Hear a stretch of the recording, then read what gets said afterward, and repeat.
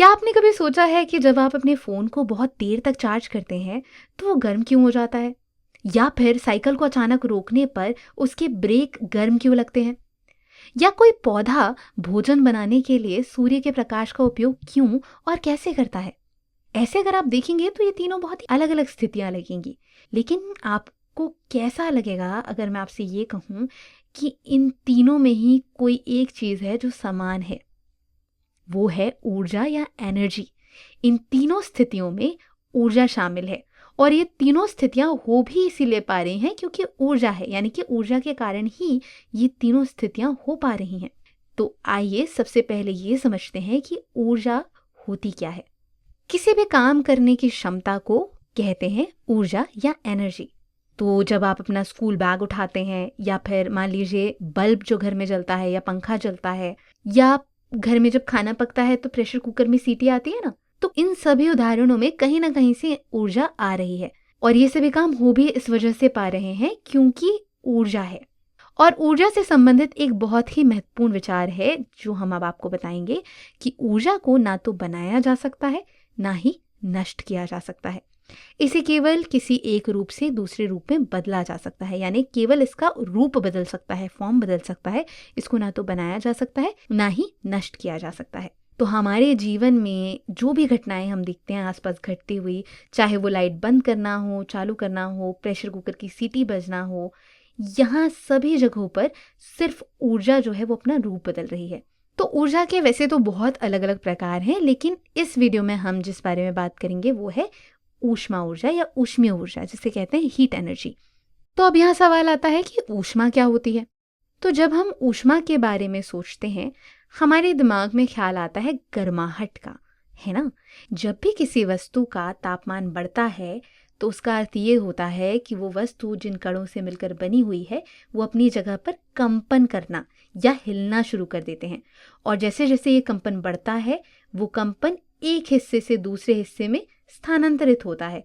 और इस सब के दौरान जो ऊर्जा यहाँ पर इस्तेमाल हो रही है, जिस ऊर्जा का इस्तेमाल ये कण कर रहे हैं, उसी को हम कहते हैं ऊष्मा। तो किसी भी निकाय में अणुओं के कंपन करने वाली जो ऊर्जा होती है उसके माप को कहा जाता है ऊष्मा।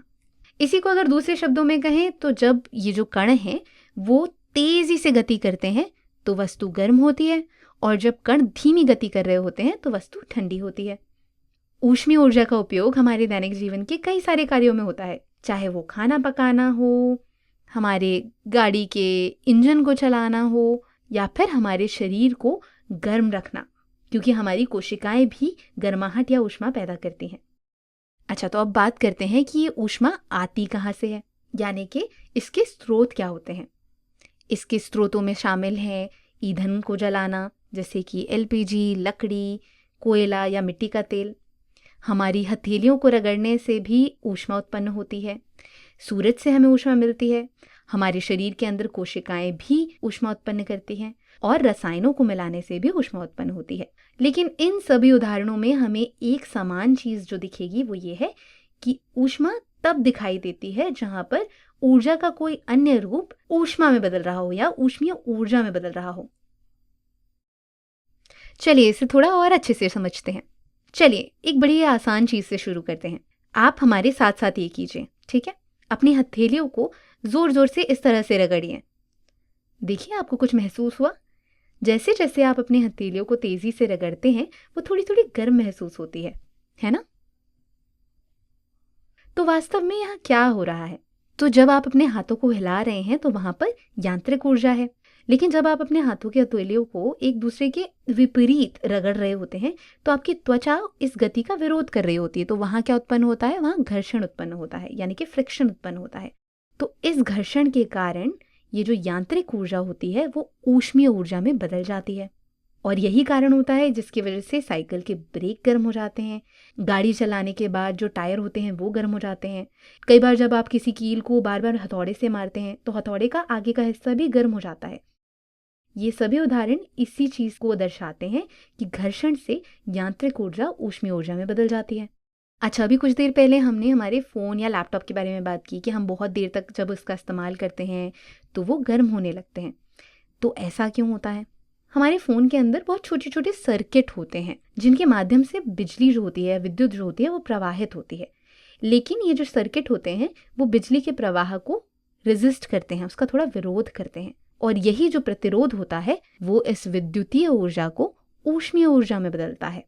इसके कुछ उदाहरण अगर हम देखें, तो हमारे घर में इस्तेमाल होने वाली आयरन या फिर गीज़र, रूम हीटर, इन सभी में क्या हो रहा होता है? इन सभी में विद्युतीय ऊर्जा ऊष्मीय ऊर्जा में बदल रही होती है। अब ऐसा तो नहीं है कि सिर्फ जब हम अपने गैजेट्स का इस्तेमाल कर रहे होते हैं, फ़ोन लैपटॉप का, तभी ऊष्मीय ऊर्जा उत्पन्न होती है। हमारे घर के जो गैस और चूल्हे होते हैं, उसमें भी तो ऊष्मा उत्पन्न होती है ना। तो यहाँ क्या हो रहा होता है? तो हम जानते हैं कि जो स्टोव है, उसका कनेक्शन होता है आपकी एलपीजी गैस से, है ना। और इस एलपीजी के अंदर होती है रासायनिक ऊर्जा या फिर केमिकल एनर्जी। तो जब हम स्टोव को ऑन करते हैं लाइटर से, तो हम देखते हैं कि ये जो रासायनिक ऊर्जा है, वो ऊष्मीय ऊर्जा में बदल जाती है। जब हम पटाखे फोड़ते हैं या लकड़ी जलाते हैं या कार के इंजन में भी यही होता है कि जो भी जल रहा होता है, उसकी रासायनिक ऊर्जा ऊष्मीय ऊर्जा में बदल जाती है। चलिए अब एक और उदाहरण देखते हैं, वो है सोलर वाटर हीटर का। सोलर वाटर हीटर आमतौर पर घरों की छतों पर लगाए जाते हैं। उसमें सूरज की ऊर्जा का उपयोग होता है। सूरज की ऊर्जा को वो लेते हैं और इसे ऊष्मीय ऊर्जा में बदल देते हैं। तो जब सूरज की रोशनी सोलर वाटर हीटर से टकराती है, तो इसके जो पैनल होते हैं, वो सौर ऊर्जा को अवशोषित करते हैं और फिर ये इसे ऊष्मीय ऊर्जा में बदल देते हैं। इसके कुछ अन्य उदाहरण होंगे, जब दिन के दौरान ज़मीन बहुत गर्म महसूस होती है या फिर धूप में जो गहरे रंग के यानी कि काले भूरे कलर के कपड़े होते हैं, वो गर्म महसूस होते हैं, तो उसमें भी सौर ऊर्जा अवशोषित हो जाती है और वो सौर ऊर्जा बदल जाती है ऊष्मीय ऊर्जा में। अच्छा, अब ऐसा नहीं है कि ऊष्मीय ऊर्जा ही हमेशा अंत में हमें प्राप्त होगी। ऊष्मीय ऊर्जा भी अपना रूप बदल सकती है। थर्मल पावर प्लांट यानी कि ताप विद्युत संयंत्र जो होते हैं, वहाँ पर ऊष्मा से पानी उबलता है। इस पानी के उबलने से जो टर्बाइन्स होती हैं, वो घूमती है और इससे बनती है बिजली या विद्युत। तो यहाँ क्या हो रहा है? यहाँ पर जो ऊष्मीय ऊर्जा है, वो यांत्रिक ऊर्जा में बदल रही है और फिर यांत्रिक ऊर्जा विद्युतीय ऊर्जा में बदल रही है। तो यहाँ हमने जाना कि ऊर्जा के अलग अलग रूप ऊष्मीय ऊर्जा में बदल सकते हैं, वहीं ऊष्मीय ऊर्जा भी अन्य रूपों में बदल सकती है।